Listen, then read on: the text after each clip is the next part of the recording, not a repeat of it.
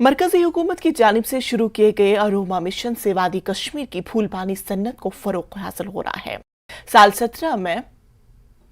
शुरू की गए मिशन से CSIR के जरिए वादी के दीगर हिस्सों की तरह ही पुलवामा के किसानों को इन खुशबू वाले फूलों की काश्त की तरफ राग़िब किया गया, जिनसे तेल हासिल किया जाता है, जिसमें लेवेंडर और रोजमेरी जैसे फूल शामिल हैं। अरोमा मिशन का मकसद खुशबू वाले फूलों की पैदावार में इजाफा करना है और इससे किसानों को आमदनी को बढ़ावा है।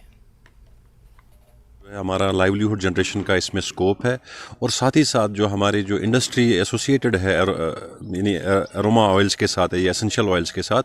उनके लिए जो रॉ मटेरियल की दरकार रहती है वो इंडिजिनसली हमारे पास जो है अवेलेबल होती है। सो इन नटशेल हम ये कह सकते हैं कि अरोमा मिशन जो है बोथ रूरल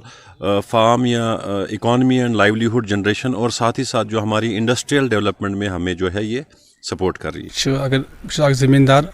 बस पन्नस ज़मीनस कुर रुवान यत में वारिया फायदे लेवेंडरस कत कन छु यत मस फायदे अस पन्नस ज़मीनस लेवेंडर रुवान ये